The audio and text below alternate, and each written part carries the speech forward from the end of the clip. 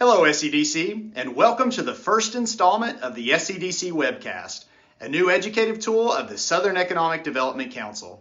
As we move forward through this webcast, SEDC is excited to publish strategy conversations with economic developers, policymakers, business leaders, and subject matter experts.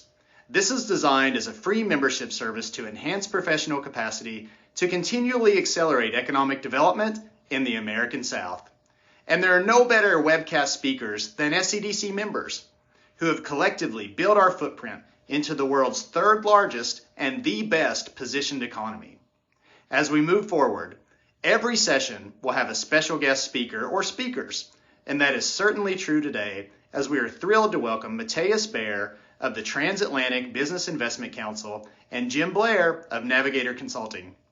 Both are great friends of SEDC and will speak to foreign direct investment in the American South and how we can perpetuate and accelerate our position as the global FDI leader. For those that have yet to meet Matthias and Jim, I'll read their bios, introduce them, and turn the floor to them. Matthias, or Matt, acts as President and CEO of the Transatlantic Business and Investment Council, better known as TBIC, which is based in Atlanta, Georgia, and Berlin, Germany. In his former management function for an international consultancy, he supported European companies of various industries as they entered the U.S. market, and because of that, he is thereby very well connected to both the United States and European business community. He is your point of contact for new members and represents TBIC in the United States. And welcome to Jim Blair.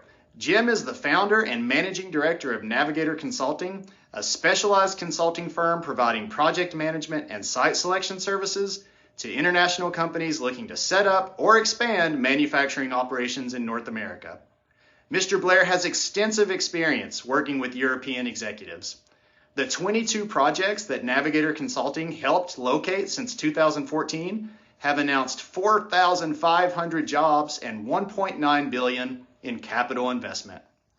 During 25 years in site selection for the state of Georgia, Blair worked with over 175 companies whose U.S. subsidiaries currently employ more than 20,000 people. Prior to founding Navigator Consulting, Blair was the executive director of site selection at the German-American Chamber of Commerce in Atlanta. There, from 2012 to 2014, he and his team assisted 8 companies as they located production operations in the United States, announcing capital investment of $100 million and 800 jobs. Blair began his career at Georgia Economic Development in 1987 as executive director of the state's European office in Brussels. He also served as chairman of the Council of American States in Europe, which is the official organization representing 18 full-time U.S. state offices in Europe. Blair was a regular presenter at prestigious U.S. investment conferences and has been recognized by Swiss Global Enterprise as a site selection expert for Swiss companies in the United States. He serves on the board of the Belgian-American Chamber of Commerce of the South and TBIC. He has served on the Emory University Advisory Board for German Language Studies since 2012. Blair was also awarded the prestigious Officer of National Order of Merit Medal by the French government in 2012 in recognition of his service in promoting French-American business and cultural relations. Mr. Blair has spoken at numerous economic development conferences in his role as a site selection professional, and we at SEDC are thrilled to welcome him to our inaugural webcast.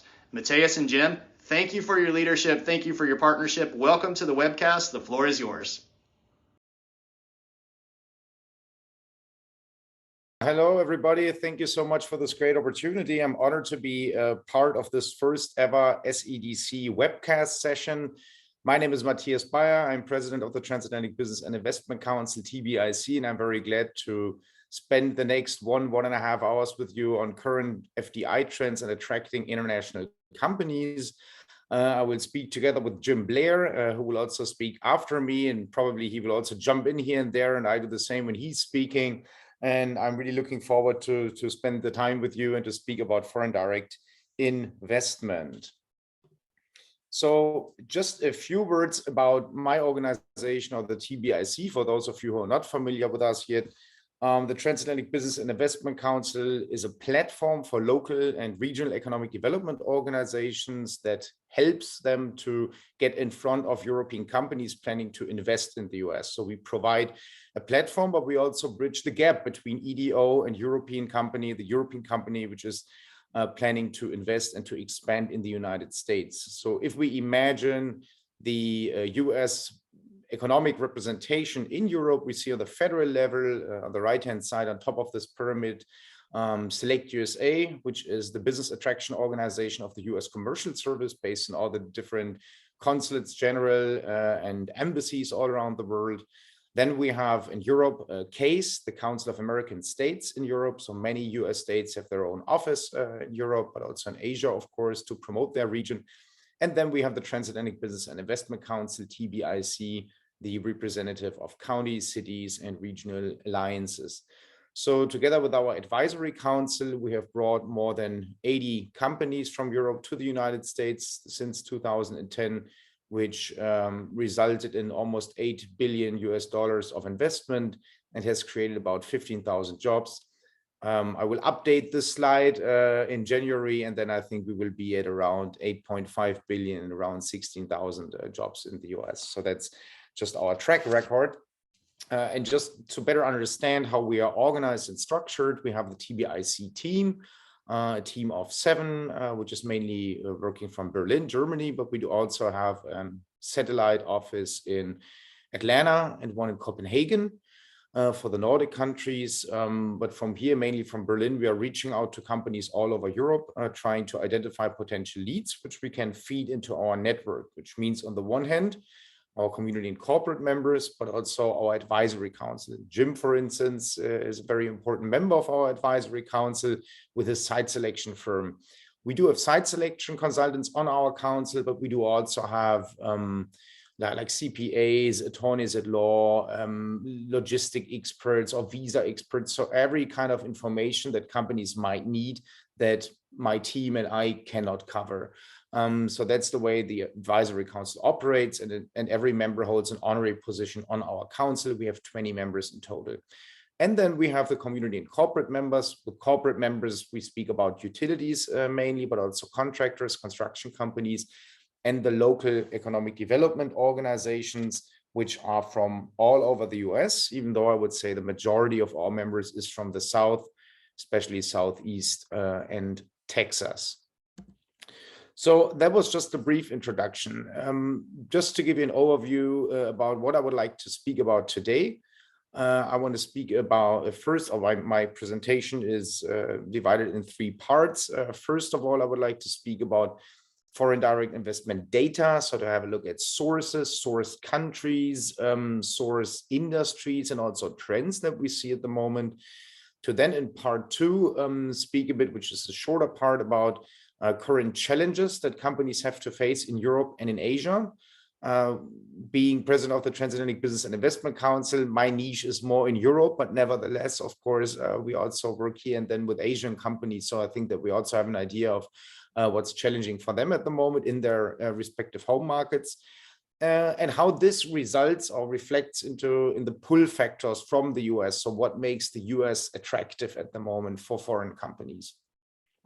Then we go over to part 3, which should also help you to build your own FDI strategy and to help you to attract foreign companies and to give you also some hands-on ideas on what you can do to get in front of foreign companies, on promoting your region in front of foreign companies, and yeah, hopefully also winning projects, even though this is something where Jim is the real expert as the site selection consultant, and where he will also speak about later, I think. So just for the introduction also on foreign direct investment, just a few facts on foreign direct investment. And these numbers are from pre-COVID times, so some of them might have changed a bit. But in general, I think it still shows the trend, and it's the latest data on this available.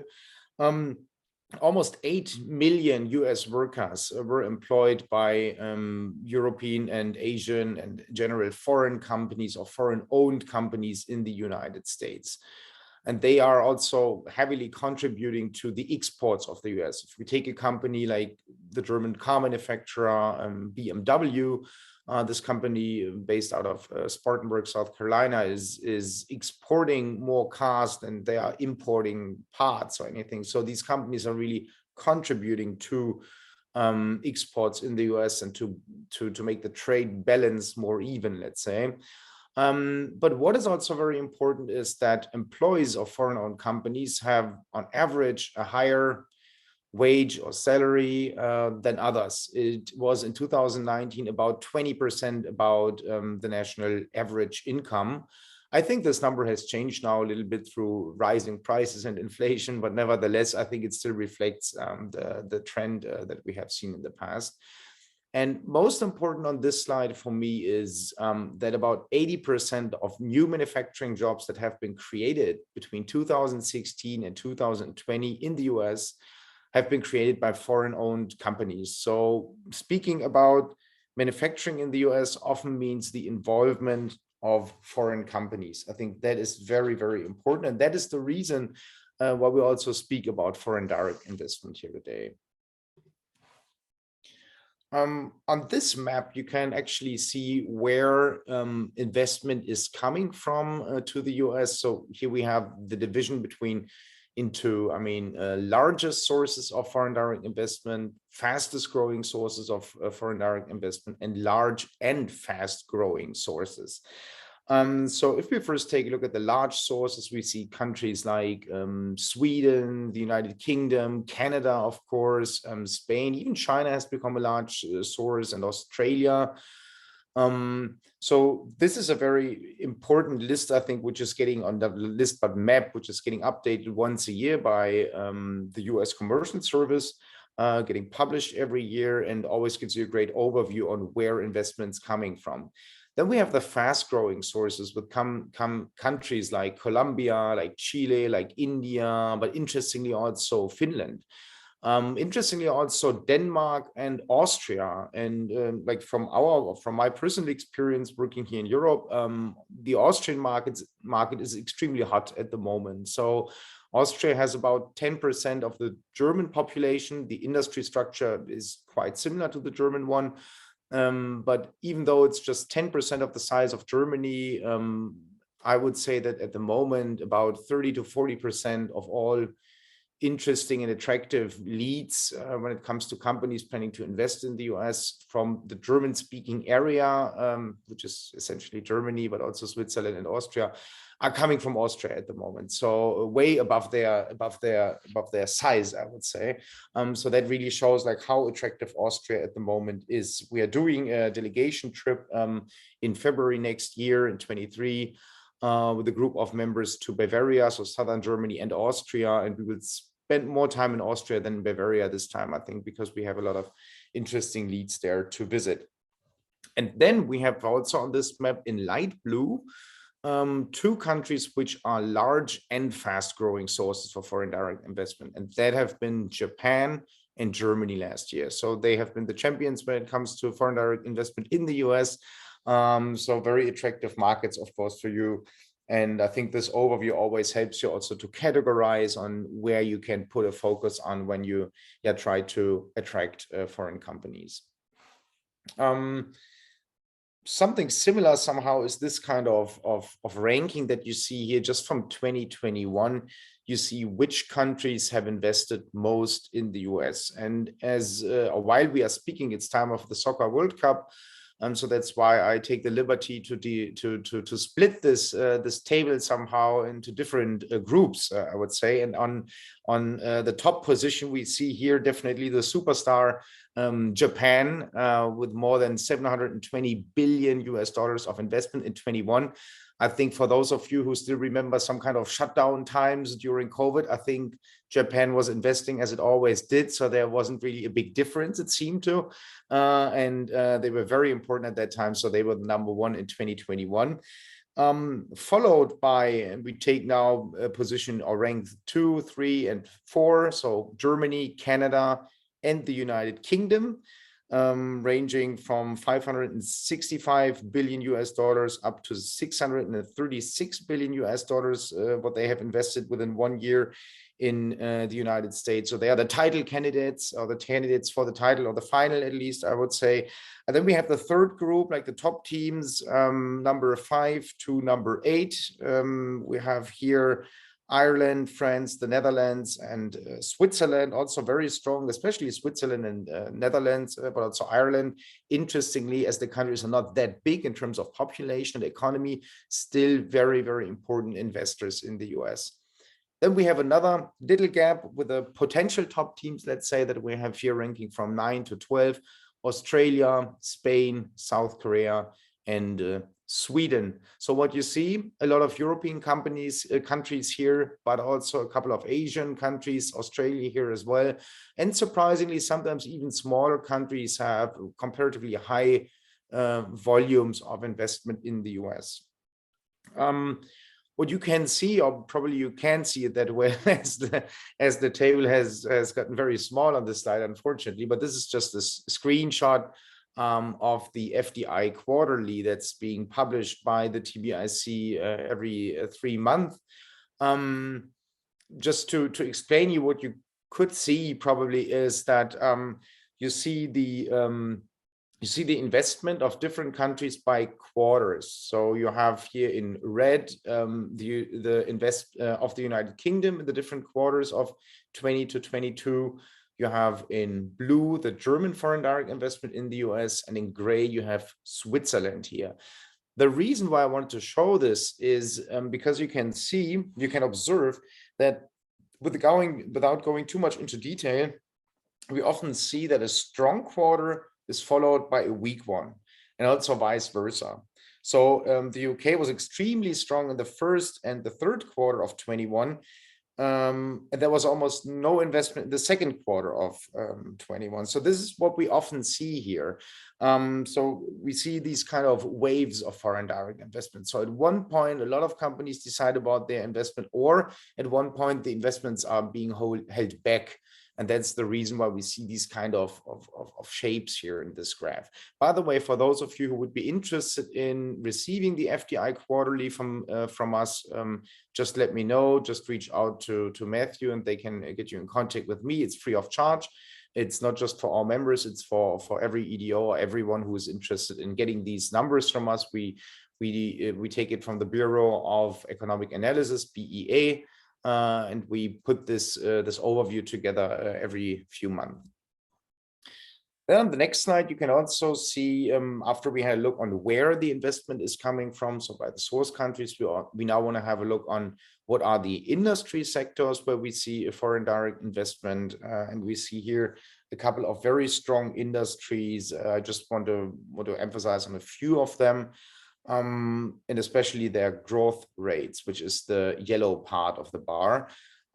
So the chemical industry had about a 30% growth between 2017 and 2021. Growth in terms of foreign direct investment of this industry in the United States. So this means these are investment of the chemical industries in Europe and Asia, maybe also other continents. But what's important is here is when we see this growth rate is that I think, and that the TBIC thinks, that this rate will remain that high, and probably investment in this field or sector will even be stronger in the future. I will talk about this a bit more on another slide later in this presentation. But due to the high electricity and energy prices and gas prices nowadays in many parts of Europe, especially where the chemical industry is, in some parts of Western Germany, but also the Netherlands, we expect that companies will ramp up their production in the US and will heavily invest in this sector in the future. We also see the electronics or the electrical equipment industries, which had a very strong growth rate. Electronics have almost doubled. The electrical equipment industry has grown by 170% when we talk about the investment in the US. So that is very impressive as well. And then we have medical equipment. Maybe this is also part of supply chain security. I think that we see a 30% increase here in this sector.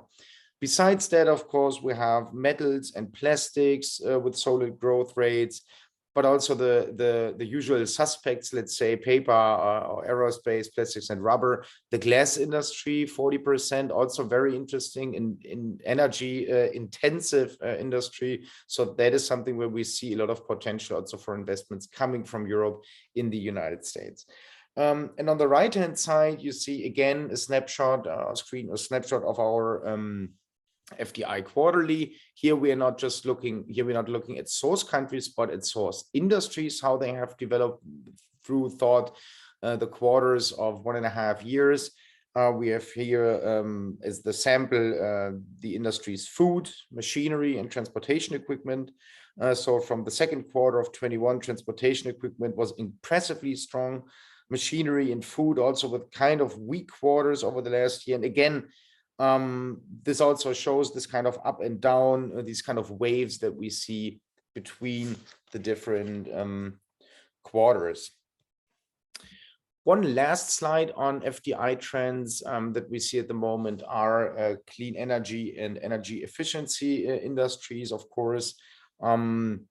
The Inflation Reduction Act is a big deal for many European companies, and there is a lot of interest in this package here in Europe. So let me have a look. What we think is that if we look at renewable energies, of course, we have to look at the different parts that are being produced to generate renewable energy. So let's talk, if we take the wind power industry, imagine like just the ladders which are being built, which are inside the wind mills are being produced mainly in Europe, could also be produced in the United States, of course. When we talk about the solar industry, we do not just talk about solar panels, which might have a revival now also in the US and in Europe, but also of mounting systems or inverters for this industry. Cables with high stability and also less energy losses will have a big potential, I think. So there are plenty of opportunities, and many renewable energy companies that are talking to us are often just looking for project partners in the US. But some of them are also big enough really to produce their parts and their gear in the United States. So this will definitely be a sector, I think, where we will see a lot of investment in the US over the next years. So this was part one on data, on trends of foreign direct investment. And I would like now to continue with the second part of my presentation. So current challenges for companies in Europe and in Asia. I'd like to start with Europe here. The labor shortage issue is very similar to the one in the United States. At the moment, companies are really competing for employees, which makes it sometimes also hard to get the workforce that you need. So automatization is also, of course, a big issue here to fight this trend in some way. Then a second major challenge that we see at the moment is the war in Ukraine, which leads to a couple of course, disruptions here for the industries as well. So on the one hand, the war in Ukraine means a major conflict with Russia, and some European countries, including Germany or Austria, but also some of the Baltic countries are heavily dependent or have been heavily dependent on Russian gas, and especially their industries. So what we see at the moment is that governments of these countries are looking for alternative sources, especially LNG, coming from Qatar in the future, coming from the United States as well. Also some opportunities on where to generate or where to use gas resources in the North Sea, but there are not that many. So this is something that will have to be imported. So going with this war in Ukraine, especially the rise of energy prices is going up here. Then we have disruptions in some supply chains. I didn't know that before, but a lot of the cable industry for the automotive companies in Central Europe was in Ukraine. So as you can imagine, it is sometimes now hard to get some parts that you need for the automotive production. It was always a just-in-time production. So after the COVID disruptions, there were new disruptions through this war in Ukraine. So Europe has to pay a comparatively high price for this war at the moment and for this ongoing war. And this is definitely also a challenge for companies here.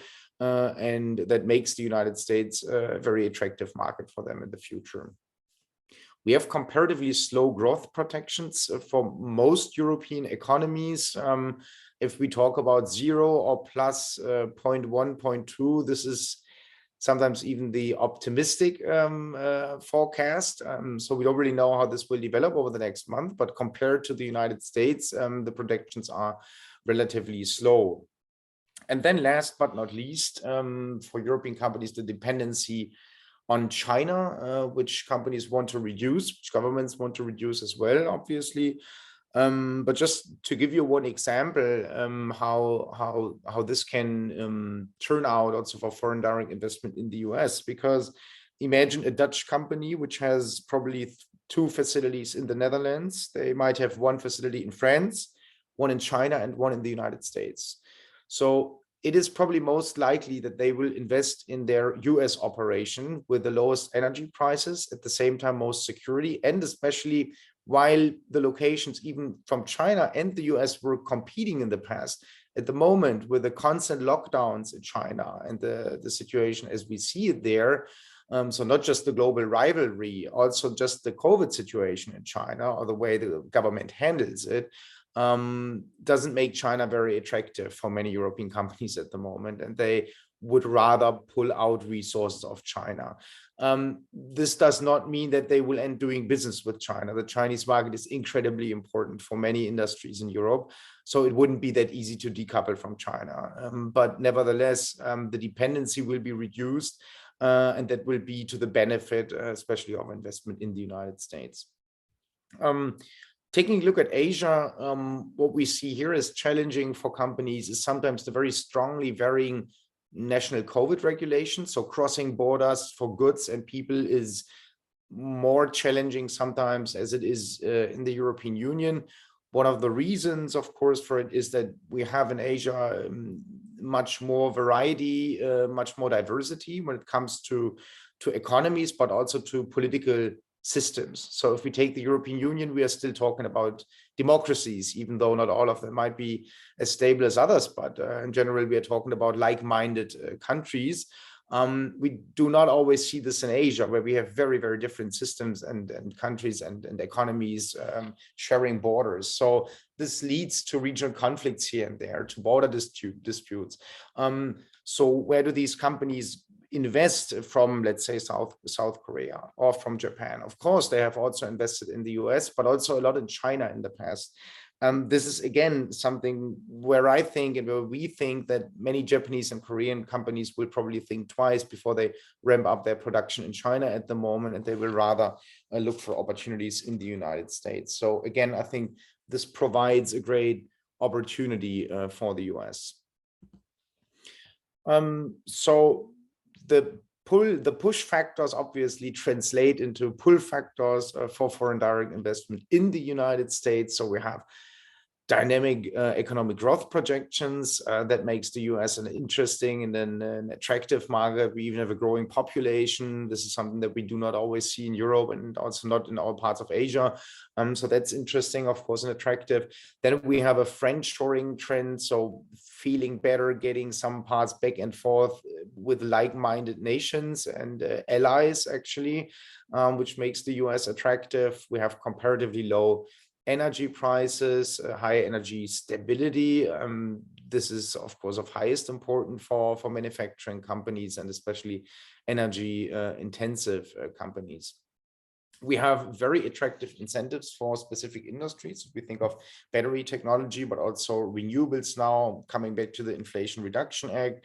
On a side note, what was interesting to me was that a few days ago, on German television, public television, there was in the national news, there were a few minutes allocated just to the Inflation Reduction Act in the US and how the US wants to B, also the local content regulations, be the place of future manufacturing for many companies. This is also seen a little bit as a challenge by many Europeans at the moment, but nevertheless, that something like that, so economic development, incentive packages, that something like that is on the national news is very rare normally. I mean, these are kind of news in the niche in which you as economic developers work, in which we work, in which Jim works as a site selection consultant, but it's normally not something that people watch in the evening on TV before they watch the soccer game. So that was quite fascinating to me, and I think that also many companies have seen that.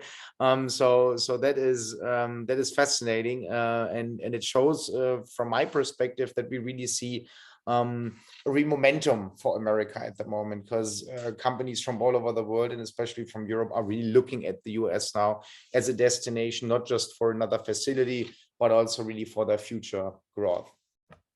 Matthias, I think this is extremely important what you're pointing out, because here in the US, Inflation Reduction Act is yet one more program that gets politicized and gets downplayed.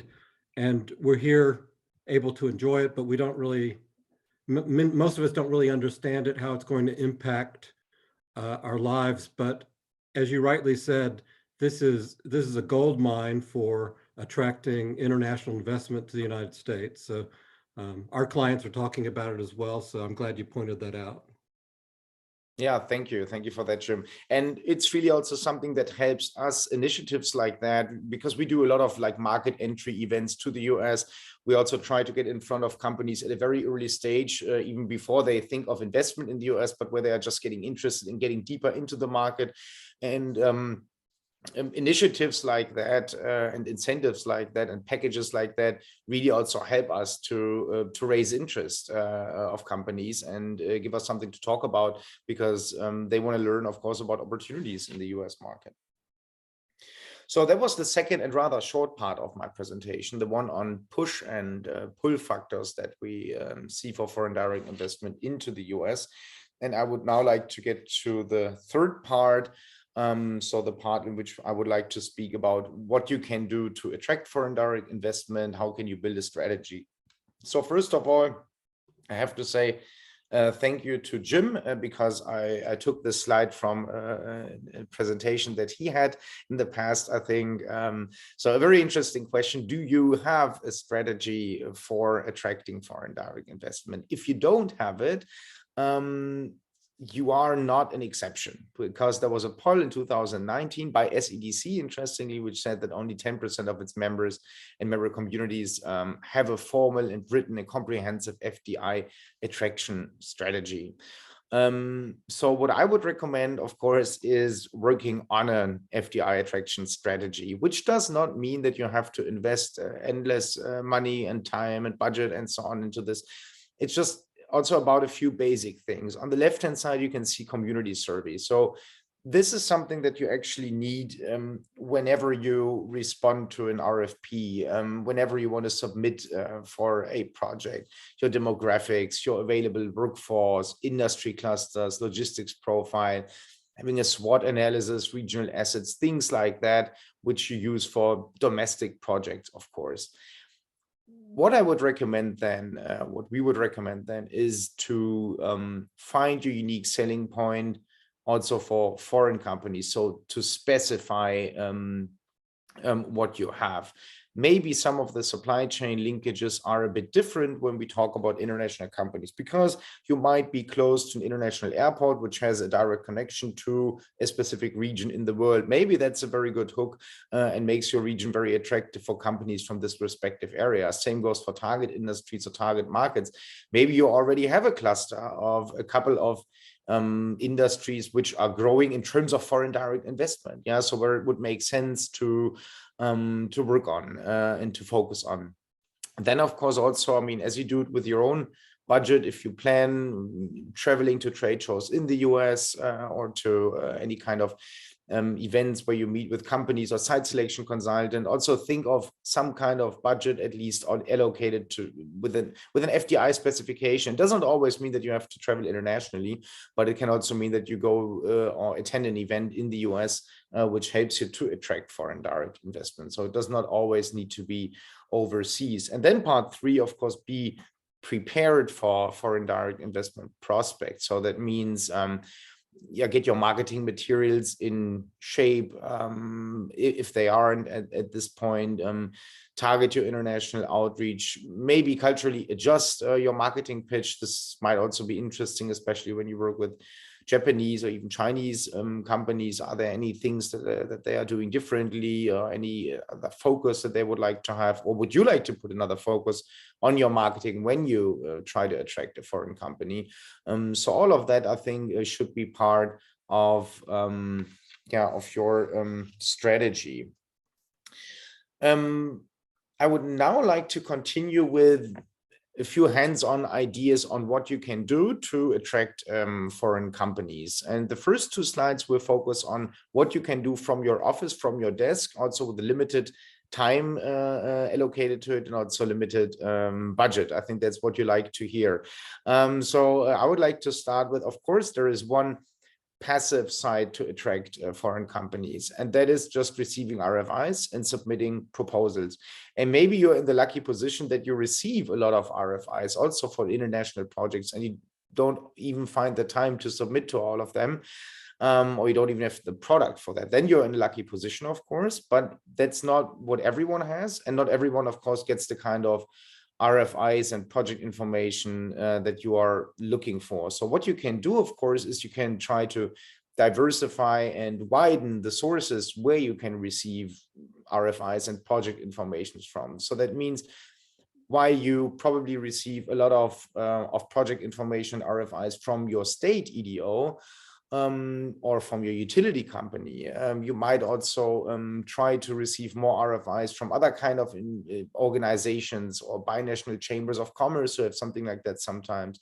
Site selection firms. So if you're active and you meet site selection consultants, it might be easier for them also to involve you in their projects.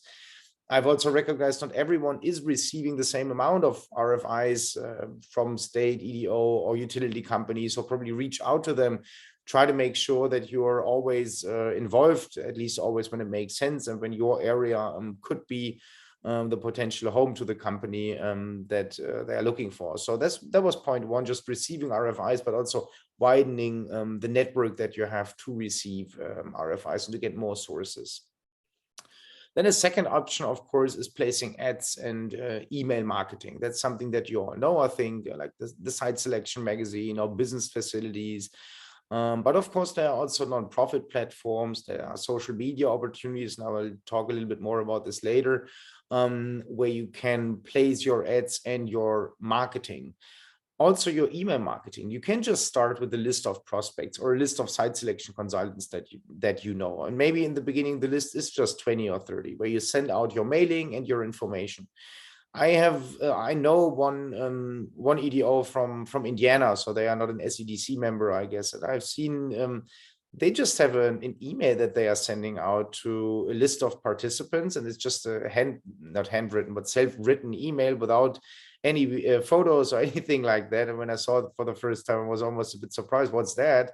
And then I found out that actually they also attracted a project through it, because really a company saw this and someone forwarded it, and it was interesting information there. So they really provided some content. So it didn't look very professional in that case, but the content was pretty good and was interesting to read, and that made it very effective. So what I want to tell you, or what I want to say, is that of course you can hire an agency which is doing the email marketing for you, and of course it will look more professional. Then they might also help you to send it to a bigger audience. But if you don't have this budget, or if you don't want to risk investing that much in it right now, you can also start it small, yeah? And you use like a mailing program, or you have someone in your team who's good with compiling something like that. Put in some interesting information. Probably don't send out something every month or something, maybe just quarterly or every 6 months, so that you really have the time to focus on it and to put some interesting content in it, and not just we have an available site, but maybe also some more information that you have and nice photos. So that's a second thing that you can do, of course, from your desk. What else do we have? We have, of course, social media. You will now say this is nothing new. It is not really anything new anymore, but nevertheless, there are different levels, I think, on how effective social media is being used, I think. To be honest, the TBIC uses Twitter as well. We want to have it, we want to use it, but nevertheless, we have to admit that LinkedIn is way more efficient and effective for us.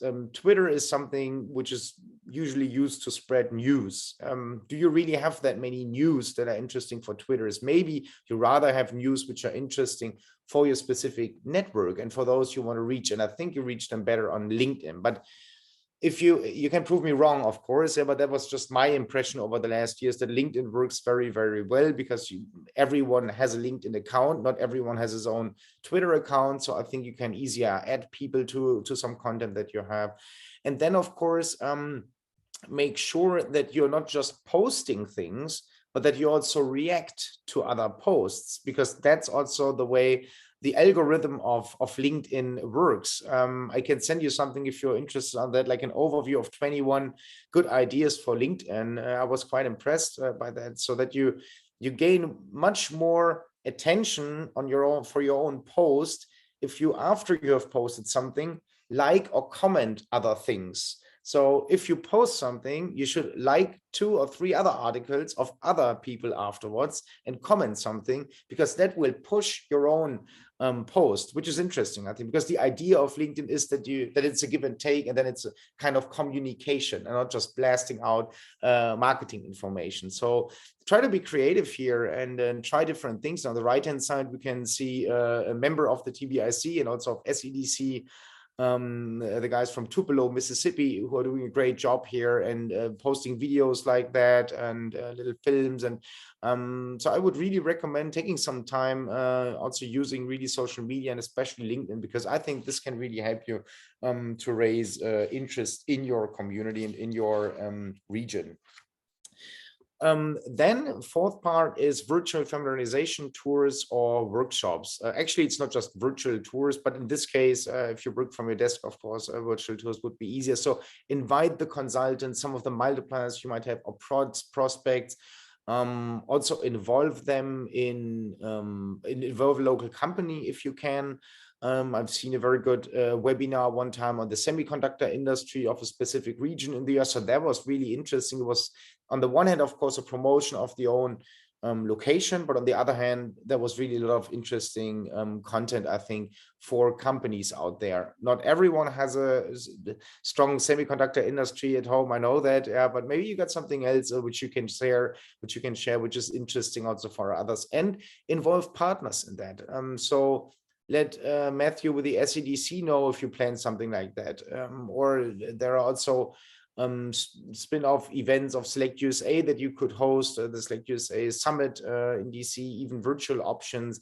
Try to involve binational chambers of commerce. Maybe there is an Italian American or an Austrian American chamber in the neighborhood, or in your state at least. And try to involve them in these kind of tours. Don't make it too long, maybe not a 3-hour tour or 2 hour, maybe just 1 hour, also at a time in which it is easier for Europeans or maybe Asians to chime in, I don't know. But these kind of tours, I think, are a great vehicle and a great tool, I think, to raise interest. So after we have looked at what you can do from your desk and from your office, of course, I would also like to say a few words on how you can attract foreign direct investment by being on the road, or better, being on an aircraft very often. So be actively involved in networks and membership organizations such as SEDC. When you are at the SEDC conference or meet the consultants, you will always meet people who you can later then also invite to your virtual fem tours, let's say, or the binational chambers or TBIC. So it's one thing just to pay a membership fee once a year or once a month, but it's the other thing also to be involved in an organization. So at least if you are involved, or if you're a member of an organization, I would at least recommend to go to the annual conference or something like that, because you will always meet new people there, get some new ideas on how other people are doing things. And I think that really helps you to spread the word of your community. Then second, I would recommend to attend industry shows and conferences. So in the US, you have, besides the SEDC events, also a great event where I was in the past, Business Facilities Live Exchange. So Jim was there as well. There are always a couple of site selection consultants, also a couple of companies sharing project information, really talking to EDOs who are participating there in this 2 or 3 day event, I think, to really meet with companies there and site selection consultants, and to really learn about ongoing and upcoming projects. I think that's a great opportunity. Then like just going on with events in the United States, so not even with traveling internationally, there is MODEX in Atlanta, manufacturing and supply chain show, which is great, or the IMTS show in Chicago, which is also a partner, the sister show of the Hanover show in Germany, the world's biggest industrial show. And the Select USA Investment Summit in DC. It's in May next year. Great event. You can sign up for the conference and you can have your own booth there if you want to. But most important is there is also a matchmaking tool which you can use. So you can see companies that are participating from all over the world, which are interested in learning more about investment opportunities in the US. And you can then schedule a meeting with them. I mean, they do not always confirm the meeting, obviously, but you can try to schedule meetings. And I'm pretty sure that if you really use this tool and you reach out to international companies there, you will get companies meetings there. And I think that's a very, very good opportunity to meet foreign companies in the US. Then, of course, you can also travel overseas. Two very popular shows among EDOs that I know is the Paris Air Show or the Farnborough Air Show near London once a year. For the aerospace industry. Then, of course, the Hanover Messe, the world's biggest industrial show. There are a couple of big automotive shows in Europe as well, or food processing shows. These are all great opportunities to meet companies there. What we do, and it's probably a little bit easier in Germany, as the country is much smaller, and we can take the train sometimes to the trade shows. We often hop on the train in the morning, go to the show. We do 5-6 company meetings there, and then we're just going back, while doing the follow-up on the laptop on the train while we are going back again. But the distances, of course, are a bit shorter. That's what I understand. But it means that you do not always have to spend like a whole week at a show or 4 days at a show. It's often enough to go there for 1 day. But then just be prepared. Reach out to some of the exhibitors that you see there. Or maybe if you cannot reach out to them, you just have your own list and you just stop by there, yeah, and you just think of some things that you could ask them or talk about them. And I mean, of course, it's not always that easy, this kind of cold calling, yeah, but when you have your list of 10-20 companies and you go there, I'm pretty sure that you will get into a few very interesting conversations there, and you will learn something about companies or other companies that could be of interest for your region in the future. It's not easy always, but it's a lot of fun, and I think it's really a way to get in front of companies. And then, of course, the third option, I think, and this is, of course, also something that you can very well combine with an international trade show, is doing your own trip internationally, like a 1-week trip to Europe or to Asia. And maybe the way that you could structure your own trip is, if you organize it on your own, you can say, well, there is this specific trade show, and maybe even another trade show, maybe 2 shows that you can combine. One of them is in Amsterdam, the other one is in Berlin, whatever. Distances are not that long, so this is something that you can do in a few days. At the same time, you can also see, well, where are the headquarters of some of the foreign companies that you already have in your community or in your close neighborhood, let's say. So maybe it makes sense to try to visit the headquarters. I think if you reach out to them and you say, well, we are the community in the US where you are located, if you have not been in contact yet, I think that they would usually be open to meet with you, which will always be helpful, because the decision on further expansions, of course, is often being made in the European or Asian headquarters. Then, of course, You can reach out to some of the new prospects companies that you have, like some of those who you have seen at trade shows or whatever. Try to arrange your own meetings there. Of course, what also makes a lot of sense is meeting with foreign-based consultants. So there are also site selection consultants supporting European or Asian companies when they're coming to the US, which are based out of Asia or out of Europe. It makes sense also to potentially visit with them while you are here. And also to engage with multipliers like industry associations here, chambers of commerce. Very interesting. Chambers of commerce here have in Germany and some other European countries, the membership in a local chamber of commerce is mandatory for a company because they're also heavily involved in workforce development, dual apprenticeship programs. And the membership fee is also comparatively low, so most companies are okay with that. But it shows that these chambers are very powerful, and they also help their local companies to internationalize. And it can well be that a chamber really likes what you have to say and wants to meet you, and also says, well, we can also invite one or two of our companies that would be interested in learning more about your region. So this really helps. And even if there is no company, they will spread the word, and it's another multiplier, and that really is really helpful, I think, for you. Just a few things then to keep in mind when you do that is, first of all, take enough time to prepare for a trip like that, or get some local support, some consultant or some organizations that can help you with setting up a trip like that. Because it's, the more time you invest into the preparation, the more you will get out of the trip for sure. Secondly, have realistic expectations. You cannot just do this trip and you come back with 2 new projects. That's something which might happen, but usually it doesn't. So usually it means you go there, you establish a relationship, you will be involved in upcoming projects, etc. But the expectation has to be realistic, otherwise you might be disappointed. Third part is follow up, of course, and keep in touch with those that you have met, because we're all always busy. We are heading from show to show, from event to event, and very often we have met a couple of interesting people there, and then we never hear from each other again. What I would normally recommend, instead of doing 5 trips overseas or 3 trips overseas, probably just do 1 or 2 trips, but therefore really focus on them and also follow up with those that you have met. Keep contact with the companies or with the multipliers, reach out to them again. That will also help you then to prepare the next trip that you are doing. And I think that it really makes sense to keep in contact after you have met each other. I mean, you all know that, but nevertheless, we often forget about that in the heat of events. So what are the key takeaways of my presentation? First of all, there is a dynamic growth of foreign direct investment from Asia and Europe, and Germany and Japan in particular at the moment. So it's a very good time. It's a window of opportunity for foreign direct investment in the US, especially because international companies face certain challenges in their home markets or domestic markets at the moment. And then, of course, develop your FDI strategy with KPIs, so goals and budget, of course.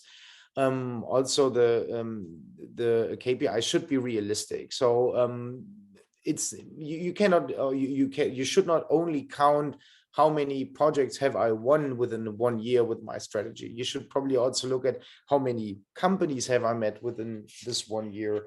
How many site visits did I have? How many RFIs did I get? And then you can also see how you're getting stronger and stronger the more time and the more experience you can invest actually in your overseas or in your FDI attraction activities. So that is the general overview here, or that were the slides of my presentation. We have no questions today because we are recording this presentation. And I would like to thank you very much for your attention. I'm glad that SEDC is sharing this presentation with you guys, and please feel free to reach out to me if you have any questions on this presentation, if there is any kind of support that you are looking for with attracting foreign companies, or if you need any ideas, or if you just want to schedule a call and chat a little bit with me. And that being said, I would like to hand over to James Blair with Navigator Consulting, who's also a member of the TBIC Advisory Council, and many of you might know him also from previous SEDC events, and he will continue with his insights and his extensive experience on foreign direct and attracting foreign direct investment and working with international companies. Jim, are you ready to share your screen? Can I end my presentation? Thank you. Thank you for that, Matthias. That was excellent foundation. Thank you very much. So I will end my presentation here. And this way. All right. Here we are. Yes, we can see your screen, Jim. Very good. Okay, well, great. That was, you created a great foundation for me to continue with the themes I have for today, which include looking at how to develop your intercultural skills in order to make your community more competitive, make you a better economic developer. I'll talk a little bit about my organization, Navigator Consulting, in just a minute, but just as an introduction to where we're going to go on this journey over the next 45 minutes, perhaps 30, 45 minutes. I want to first take you into the concept of intercultural competence and how that impacts decision-making of international executives. And basically that means recognizing the differences between us as a cultural nation, United States, although our regions have different ways of approaching things, and we recognize that someone from California, for example, may not see the world the way we do here in the Southeast, but it's the same in Midwest. They have a different cultural perspective. So I want to talk about that and how this affects decision-making from international and particularly European executives. And then once we get over that obstacle, I'd like to then look at European business culture specifically with example in particular of German, but reflecting also the typical SME culture, business culture in Europe, whether it's the UK, France, the Netherlands, Scandinavia. And then that will, I hope, make you very familiar with how you can approach these companies that Matthias has been talking about, these international investors. And then I want to talk about promoting your community insights, how that will be something you may need to tweak a little bit as to how you're doing it when you have clients coming in from Dallas or Seattle or Boston, because your marketing material can be very important if you can get your message across. I'll briefly talk about some pointers for attending trade shows and then make some closing comments.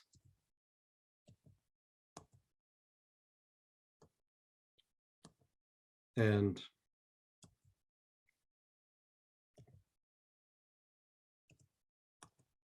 if I can get so basically, I am Managing Director of Navigator Consulting. We've been around for 8 years, and I work very closely with a company based out of Berlin called Terralogis. And we do naturally site selection as our core business, but we also do economic development and community consulting. And so what you're going to see today is a little bit of how we consult organizations in developing their FDI strategies, becoming more competent at marketing to, communicating with, meeting with, hosting international executives in your communities. Just a quick overview of what our background has been over these 8 years. We've located about 23 projects across the United States. And I always show this slide, which you may not be able to see if you're on a podcast, but what it reflects is a very great diversity of industries and sectors, large projects, smaller projects, and we're locating those across the country from California to Ohio, to Texas, to Georgia, to North Carolina. but one thing they all have in common is that they are the typical mid-sized European companies coming into the United States with innovation, engineering, and niche products or services. In our case, we handle manufacturing projects, so these are very interesting.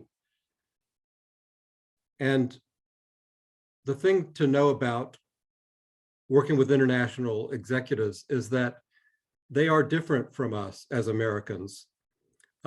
They have grown up in a different environment. They have a different reference point. And even if you're talking about a Canadian executive, he or she will have grown up to different nursery rhymes, will have grown up to reading different books in their schools, have a different political system, have different laws on the books about how to do things. So you can imagine, as much as we think how close we are to Canadians, we think they speak the same language. They pretty much do. Also some French, but what we say to these executives may not be the same message that they're getting. So the slide I'm showing now is showing how challenging it is for international executives to come into the US and deal with our different systems, our 50 different states, different laws, different ways of purchasing property, transferring real estate, the incentives, swamp, things like this that make it such a challenge. And it means that if you want to communicate effectively with these executives, you need to learn to, let's say, moderate your language, make it more transparent, make your message clearer, and ensure that the great message that you have about your community and your sites, your products, is getting across. Because you can spend a year talking about your community and your sites, but if the message is not getting across, then the time will have been wasted. So why bother with foreign direct investment? What's the big deal, really? Well, Matthias already gave a hint to what's so important about foreign direct investment to the US economy. I have here a quote from Nancy McLernan. She's president and CEO of the Global Business Alliance. That's an umbrella organization based in Washington, DC, which brings together international companies, partly for lobbying to make sure that the environment remains attractive for non-American based companies, but also to benchmark what's going on with workforce, with labor organization, with inflation and other things. But the study that was done in 2020, Nancy McLernan reports that 70% of new manufacturing in the US over the last 5 years was responsible by international companies coming into the US and creating these jobs, investing. And in fact, today they employ some 22% of the American manufacturing workforce. And as Matthias rightly pointed out, their average wages are about 20% higher than the US private sector. So this is a great target. FDI is a great target for communities that say they really want manufacturing, they want high-end projects, they want better wages. And so for us in dealing in this environment, it's really a no-brainer. So the first thing I'd like to do is talk about what we call intercultural competence, this understanding that people are different and they have a different way of looking at the world, and they have a different way of processing information and then their decision-making. And I'm looking scientifically first at some studies, and Edward Hall in 1976 created the concept of the cultural iceberg model, basically saying that what we see when we meet people is really only the tip of the iceberg. We think that we understand them, but there's more than 75% hidden in all of us that is absorbed as we grow up, as we rub shoulders with neighbors, go to different churches and other religious organizations, the way we deal with our parents, the kind of schools we go to, and yet we are all basically human. We Americans just as much as the Chinese, as the Germans, and the first thing we all want to do as humans is we want to make a decision. Who is this I'm looking at? Who is this I'm talking to? So who is this international executive coming into my community?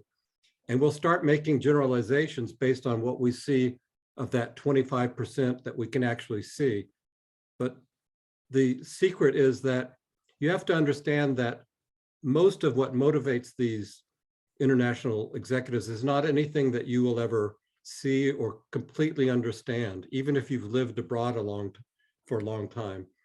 And you don't really have to. All you have to do is accept the fact that their process is different. You need to help them understand what your message is. And that's really what I want to talk about today. So if you look at the photo I'm looking at, which is a chaotic scramble of automobiles somewhere in Italy, we kind of hit our heads and say, oh my gosh, these Italians. And we perceive them as being somewhat chaotic and organizationally challenged, for example. I mean, Italians, do they have new governments every year? I mean, what's going on in Italy? But the fact is, the Italians do quite well. And it was Italian engineers that designed and built some of the most awesome automobiles. I'm looking at a picture of a beautiful Maserati, for example. So on the one hand, we generalize and we make a stereotype judgment that, Italians are chaotic, they can't get their act together. But in fact, it's a country of great engineering, and they create incredible handcrafted products. And so this goes along with this cultural competence, this understanding that as we try to navigate through the economic development world, we want to be careful about how we judge the people we see and where we might think we're going to benefit from their investments. I'm showing a map of Germany, and what I want to ask is, how big is North Carolina compared to Germany? I could have picked another state. This was really convenient, and this example is to point out how the perception of distance and geography from non-Americans impacts how they might approach you and what they might hear from you as to whether it's credible or not. And in this next slide, if you look at the map of North Carolina compared to Germany, you see that actually North Carolina is almost 1/3 the size of Germany as far as geography is concerned. The difference is that North Carolina has around 10 million population and Germany has something like 84 million. Why is that important to understand conceptually? Because it means that in Germany, like in many countries, all the countries across Europe, and Germany is not the most densely populated, but with 84 million people in a country that's only 3 times the size of North Carolina, they have 84 million, they have 8 times the population. That means that Germany, the country itself, has to organize their schools, their water supplies, their food supplies, their industries, do land management, all these things very, very carefully compared to how we see this in the United States. We still see ourselves as kind of a pioneer country with lots of land to develop. And when we, meaning economic developers, when we talk to these European executives, we very easily just say, yeah, we'll cut down that forest. That'll be gone next week if you want that property. Well, that is something that is quite shocking to them. Shocking because it's not something that can be done anywhere in Europe, probably not even in 2 years, but it's also a question of the sustainability of the environment. So think about these kind of concepts as you're working with these international executives. This density of population, this concept of geography. And the fact that a German manufacturer will be surrounded by many suppliers who could easily be within a 45-minute drive, often only 30 minutes. And that's kind of what they have gotten used to expecting. So when they ask you, about suppliers and you say, well, there's a supplier in Ohio. Well, yes, but you're in Florida. That's not going to help that company. That's not going to be a very persuasive argument. And in Europe, across the continent, the land planning has to be very, very aggressive and robust. So there are incredible permitting timelines, but when you get a industrial site in Germany, which is usually a industrial park located outside one of these villages, it's going to be truly shovel ready. It's not going to be, well, we can connect the gas lines maybe in a year, but we need to get some funding for it.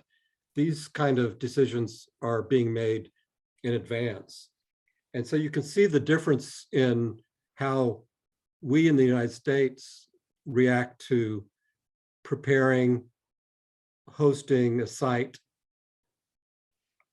I've seen great progress over the last years as an as a site selector in communities getting, let's call them shovel-ready sites. We like to call them development-ready sites because we've seen too many shovel-ready sites that don't have utilities connected, for example. So what we like to do is talk about a site that can actually get going, and the only things you need are permitting, for construction permitting and things like this.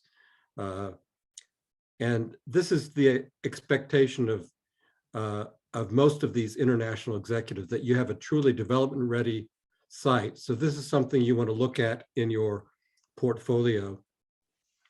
Another factor that's very important to understand in Europe, and we attribute it particularly to Germany, is this dual education system, dual enrollment program, developing internships.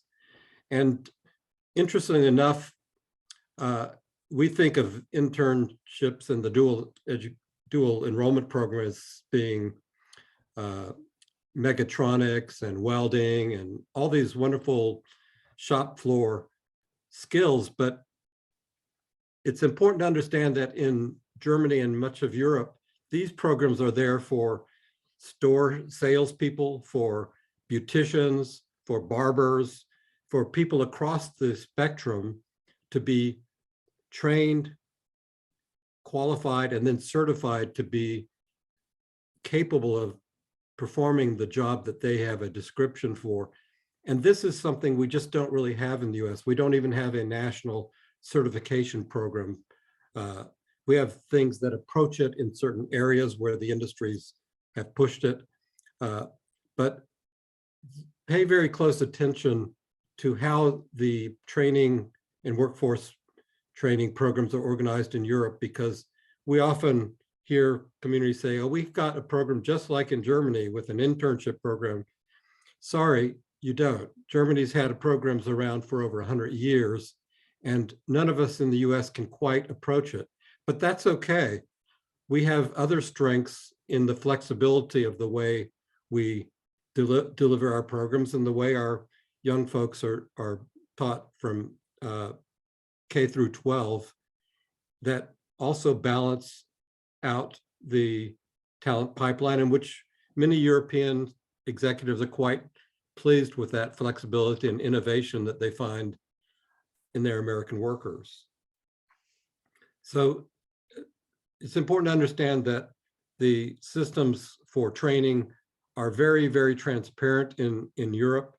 Here, I think you'll agree that when you start talking about your workforce training, you're talking about state programs, local programs, community college certifications.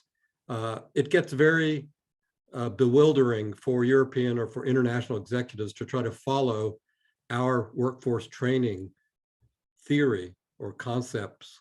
And so what you really need to do is you need to create a very I call it simplistic, transparent way of communicating how you're going to bring your talent pipeline to these international executives, because this is certainly something that American companies are looking now is workforce quality and availability, but this is something that the international executives have always looked at very carefully. Why is that the case?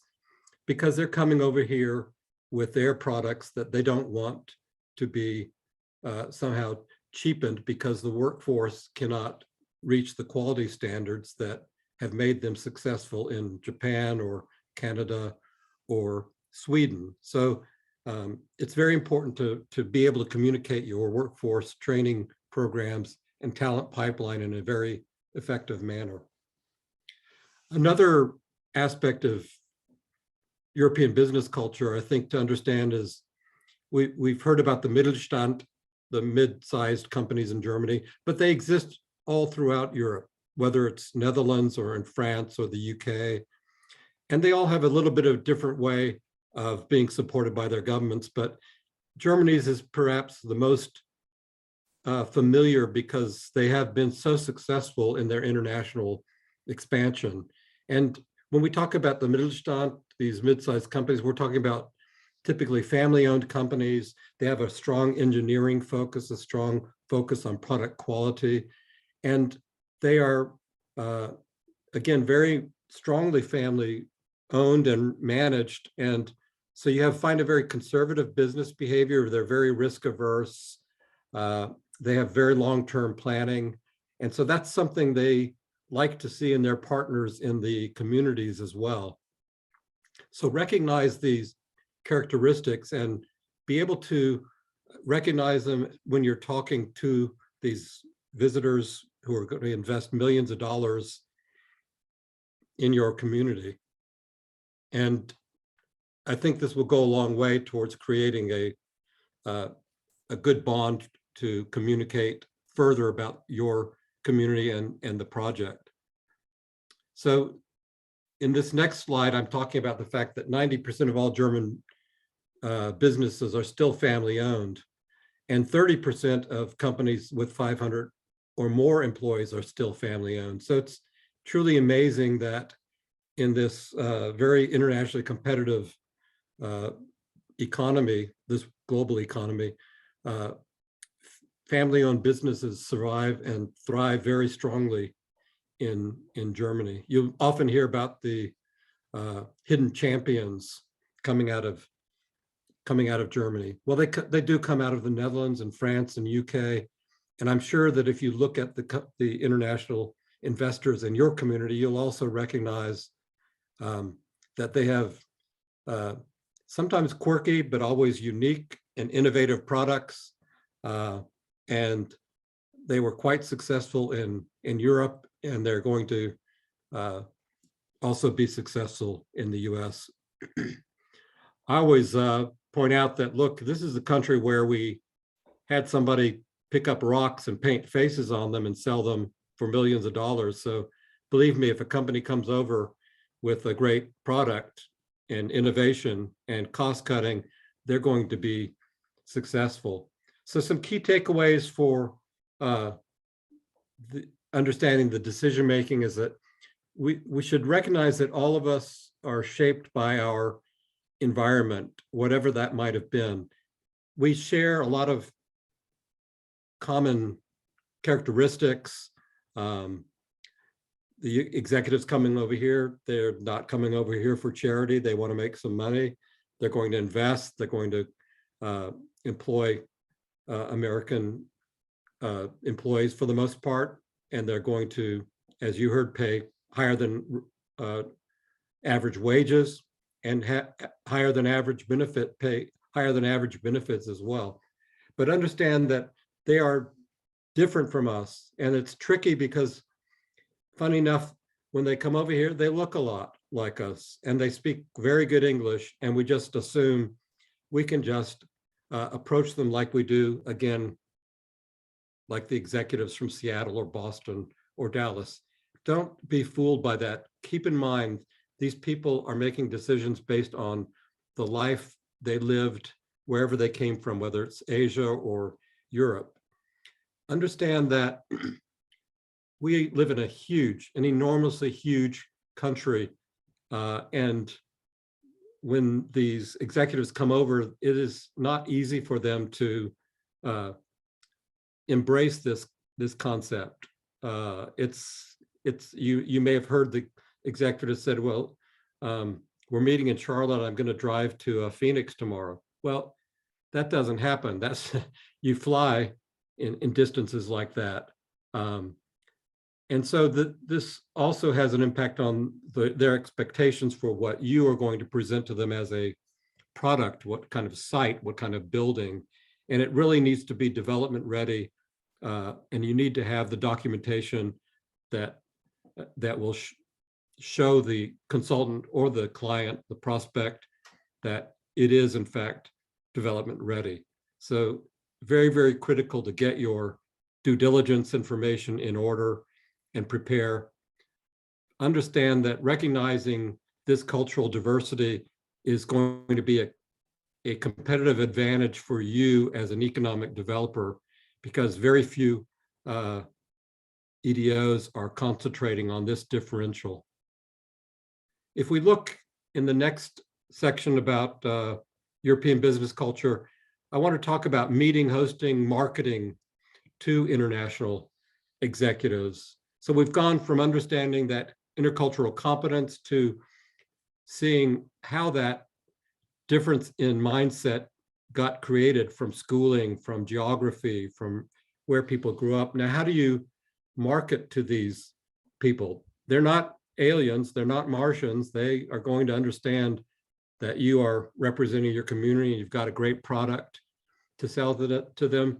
But the more you can accommodate their cultural understanding of how to behave with them, first in marketing, for example, always send emails or letters or communications using their full first name and last name, and be, of course, cognizant that you want to include a greeting, a salutation as well. So despite the fact that Europeans are getting a little bit more Americanized in the way they socialize, they do appreciate your recognizing that it is Dr. Matthias Schmidt, or it's Mrs. Professor Margarita Lennström. So titles are important, formality is important, communicating when you're marketing.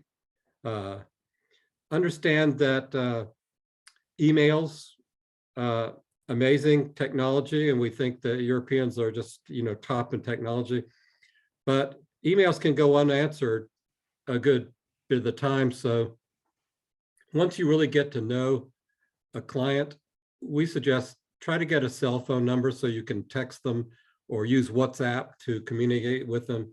Not long and bothersome communications, but you could text, for example, hello, Mr.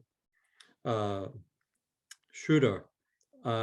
I'm trying to get a hold of you regarding the property you looked at 2 weeks ago. I left a voicemail. Call me when you have a chance. You can, at least they'll see these communications, and if it's important to them, they'll get back to you as well. I mentioned voicemails, but probably it was a mistake because, again, although it's technology, many European executives we find the idea of a voicemail kind of burdensome. Like, why did you leave a voicemail? Well, I left a voicemail because I couldn't get you on the phone and I wanted to make sure you knew that I was trying to reach you. Well, again, a better solution is a email, a text message, or a WhatsApp message. When you're communicating with these executives, you want to answer the phone with your organization name and at least with your last name, if not your full name. And I know we all get in the habit of answering the phones very quickly and leaving even us Americans wondering, did we get the right number? Because I didn't really understand the name of the company and I don't really know who I'm talking to. So try to get in the habit of being very clear and transparent, particularly when you recognize that it's a long distance telephone call from Germany or from Australia, from Canada. So when you're hosting prospect visits, that's the next step. You've marketed to them and wow, okay, you've got them to come visit the community. What we challenge you to think about is, are you going to meet them in the conference room and brief them first? Or are you going to meet them directly at the site? Something to think about and plan for. What we definitely suggest is that you have a written hard copy agenda.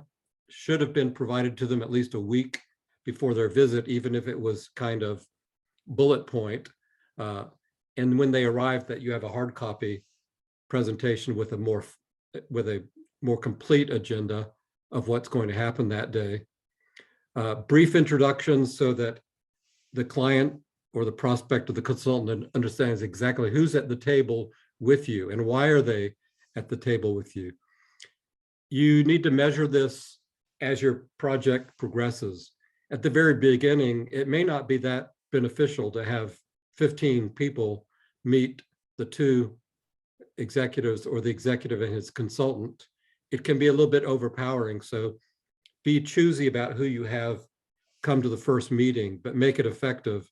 Particularly if it's a site visit, you want to make sure you have people at the site who can answer technical questions, which will definitely be asked regarding substations, the water pressure, how large is the gas line, these kind of questions. And what I always suggest when you're preparing a visit is focus on the prospect's objective or the consultant's objective. Forget about your own pet projects or what you want to tell them. What is it they want to do? Why are they coming to your community? Focus on that. If it's the site, that's where they want to go very quickly. They want to see if the site's going to work for this project.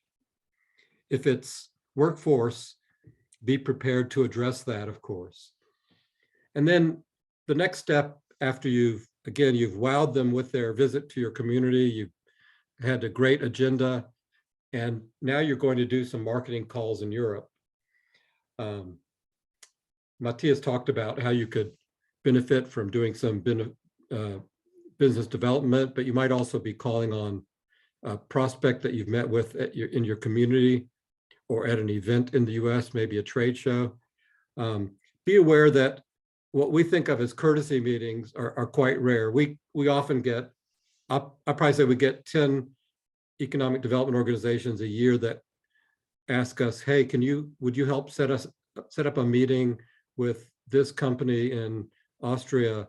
We just want to make a courtesy visit. Well, these courtesy visits and meetings are rare. Again, culturally, these executives don't really understand the purpose of a courtesy visit. A meeting has to have some function, some purpose, and then a result. And it can be what Matthias described as if a company is in your community and you want to have a side visit in the UK or Ireland or Sweden and visit with them, that could be considered somewhat of a courtesy meeting, but you can make it a little bit more interesting by making sure that you bring some information regarding your new talent pipeline program or your incentives or what you see as beneficial for them. That will always be welcome, and sometimes that will help open the door. Doors quite often remain closed if it's just, we'd just like to come by and have a cup of coffee. That doesn't fly that well in most cases. Meetings should have a fixed appointment, agreed upon date, time, and location where you're going to meet. Punctuality is extremely important, and be expecting, beyond even Germany, in most places, these executives are going to be very straightforward, blunt, and have limited small talk. Many of them have traveled in the US. They have their favorites. They'll love to spend a couple minutes talking to you about that fishing trip in in the Gulf or their hunting trip in Michigan. But basically, they want to get down to business. They want to get back down to why are you here and what is it about? And be, again, cognizant of the fact that you want to be very formal with them, that you're calling them Dr. Schmidt or Mrs. Lindstrom. Oftentimes we'll find that in return that the executive will start saying, well, please call me Peter, or please call me Margaret, and that's the key. That is the opening for you to be a little bit less formal with them. So again, takeaways from the business culture in Europe. Generally, it remains quite conservative, although it's changing quickly, especially the younger executives quickly use the first name. That's really an impact coming from, or influence coming from their business, doing business in the US and hearing everybody use the first name. It's still very typical in many European countries that that even though they've worked with someone for 20 years, they're calling him Mr. Brown or Mrs. Douay. So be cognizant of that formality. Each touch point that you have with a prospect should have an objective. By touch point, I mean you're calling them, you're texting them, you're visiting them. There should be some reason, there should be some value that you bring to the table. And some of that will have to do with the documentation and data that we suggest that you prepare that should be very succinct and very informative, something you can leave behind. Not a 20-page brochure or flyer, but a one-page, maybe back and front. And needless to say, as in the US, you should really avoid personal topics in your meetings with European executives or international executives. Asian executives, even more so, don't have small talk. So we've got you going through this intercultural competence and seeing why these executives think different. They look like us, but they think differently. They make their decisions based on their surroundings, how they grew up, where they went to school, etc. Now, how do you promote your community more effectively and your sites to these executives? We at Navigator Consulting feel that this more collateral material, which often we see at economic development organizations, is kind of just a sideline routine, a sideline obligation that has to be done. And we see so many opportunities being missed. We see documentation that's not being branded by your organization. We see kind of unprofessional documentation that could actually just be shaped up a little bit, even to the extent of asking your utility partner, can you help us put together a utility map for the site that we're trying to promote? Because we understand that economic development organizations are not all huge, well-funded organizations that can afford, GIS experts and engineers and things like this. But what you should do, though, we firmly believe, and I'll tell you why in just a minute, is to make sure your due diligence and your collateral is in excellent shape, is looking very professional. So just with this small example, I'm going to go through some site layouts and some utility maps and give some examples, real examples of what we've received in the projects that we've worked, and giving you example of something that we think was poorly done, something that was pretty good, and then something that was excellent. And here I'd like to talk about why we feel it's important that you look at your information as a great kind of business card into projects and into these companies. Why are you meeting with these companies, you want to create a vision for them of their company being successful in your community. And one way to do that is to have that reflected in the site layouts, the site flyers, the utility maps, that they immediately start understanding, this is exact size site I was looking for, and it's a great shape. And look at this topographical map. I mean, this is going to be, this won't be that expensive to develop. And the more information you can give that's more informative and more professional, we believe the more chance you have of hooking the fish on your line, so to speak. So I'm looking at a site map that was sent to us. It's not a site map, it's actually a industry park map. This was a industry park of some 750 acres. How can I tell my client that this is what this community is proposing for them? If you as an economic developer don't know your sites or your industry parks and your sites well enough to propose a specific site, I know what you're going to say. You're going to say, well, we want to be very flexible. We want you just to pick wherever you want to go. But we don't know this site. We don't know your park. You know best where this kind of a client could locate, be closest to the utilities, for example, minimize the cost of expanding. So again, that was a poor example of a site layout proposal. A good layout, we say, is one that already starts being very clear and transparent. And that's what this next slide is showing. And it's giving the dimensions of the proposed site.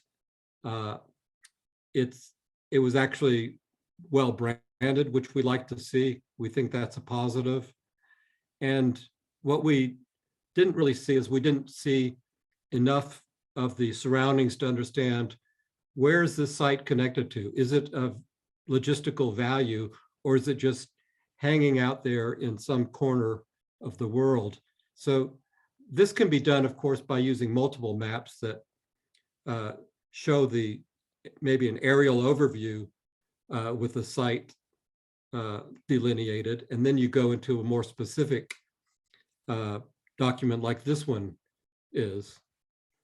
And an excellent example we picked was actually a large project, but the Economic Development Organization showed the proposed site size and the requested expansion size that could be successfully done in this very large tract of property that they owned.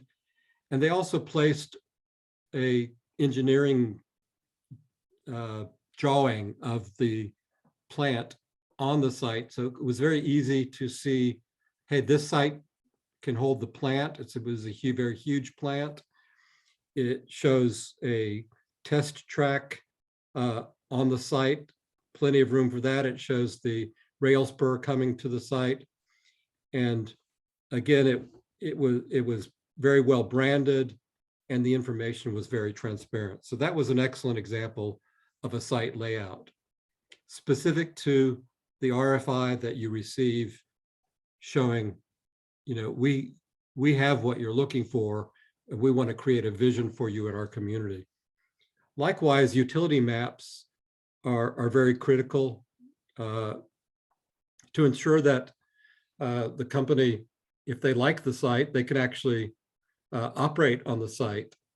Some of you probably have heard the horror stories of companies that get talked into going to a site, and then they find out the gas line is not sufficient to supply them the necessary pressure and volume of natural gas, for example. So is that a temporary setback, or is that going to kill the project? So this example that I'm showing of a utility map, again, looks kind of like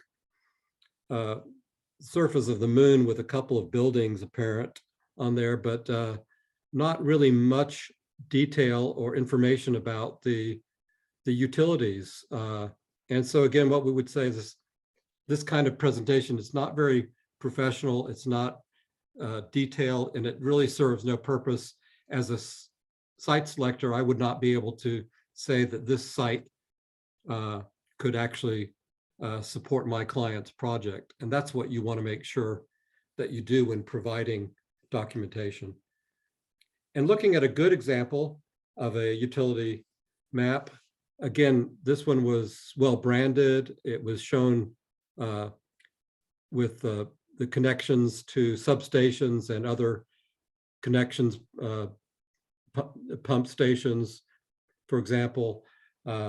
And this happened to be shown over kind of an aerial view, which was not bad at all, because that gives you a sense of where this site is connected to logistics and other benefits. But an example of an excellent utility map actually was a visit that we made recently assessing, doing a community assessment in North Carolina. I won't say which community this was, but they'd be very proud for me to brag on them. But this utility map was very detailed. It was branded.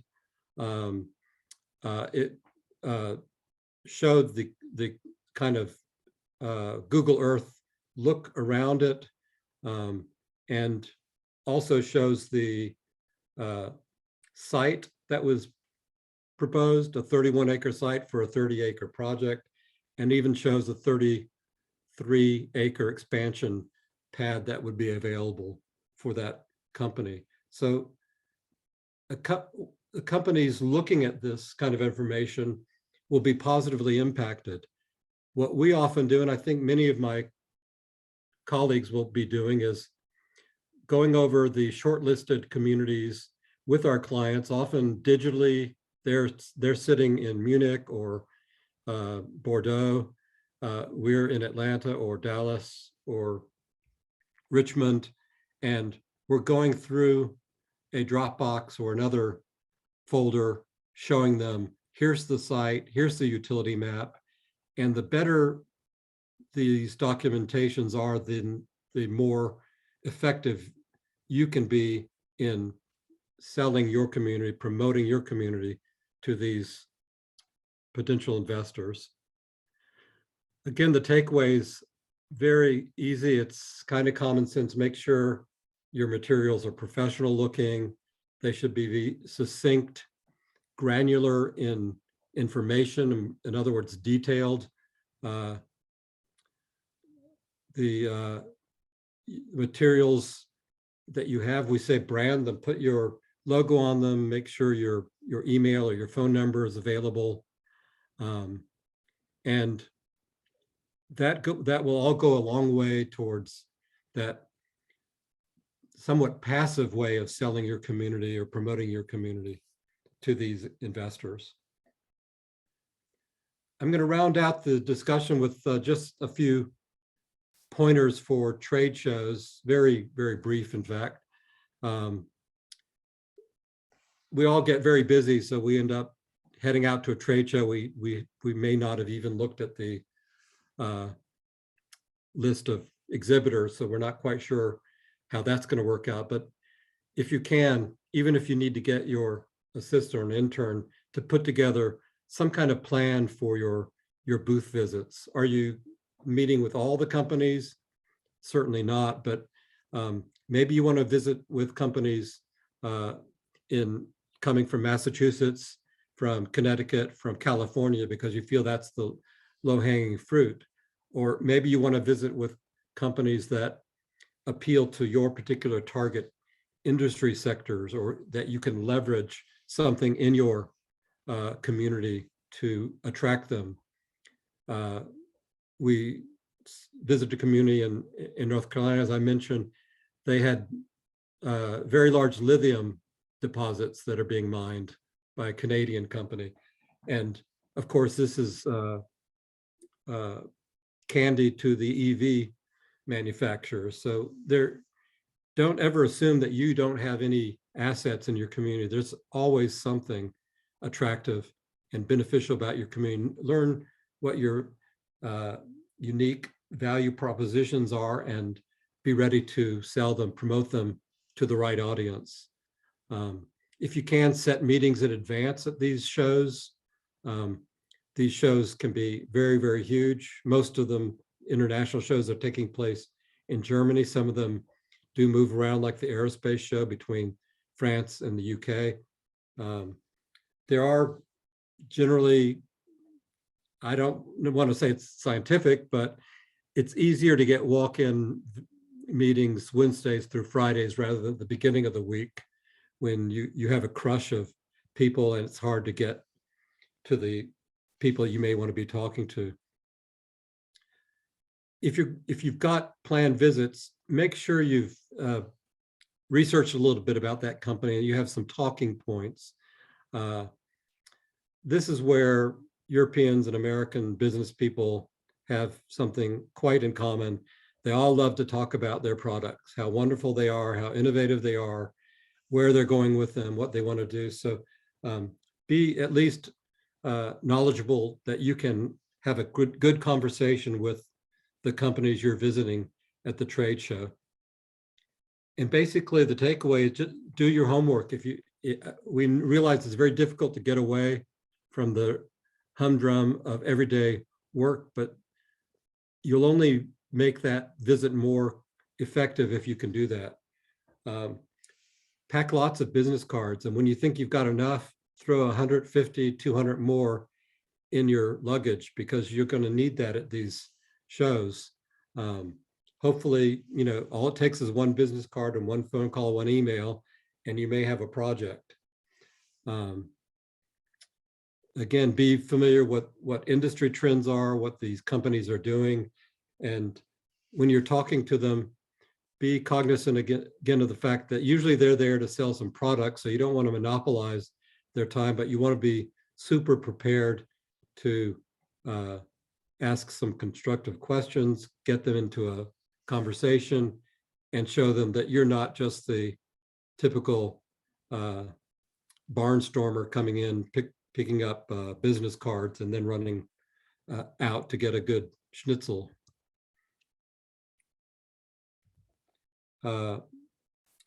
So some closing remarks I'd like to make are the following.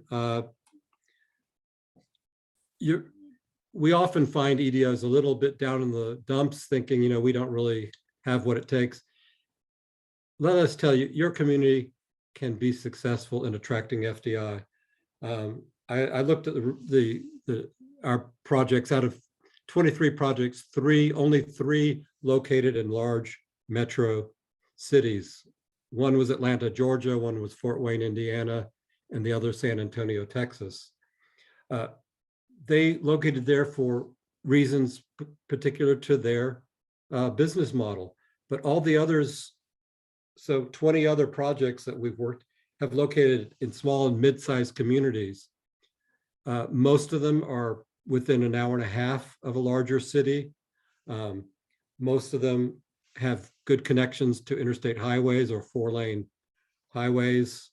And it is absolutely possible that you can win some of these projects. So you just have to be prepared, you have to be optimistic, and you need to have the materials that, again, create the vision for these executives or for the consultants. And we just say, never assume that your community is too small or too isolated. You just identify your strengths and your weaknesses, and then you're better prepared to ensure that your community is competitive for these foreign direct investment projects. Again, why is it important? Because these are the companies that are massively creating manufacturing jobs. And as we all know, manufacturing jobs are generally better paid, and it's harder to move a manufacturing operation than it is a distribution operation. With that, I'd like to thank everybody for your attention, for your participation in the webcasts and the podcasts, and especially SEDC for making this all possible. My co-anchor, Matthias Beier at TBIC. We'd love to hear from you, and thank you once again.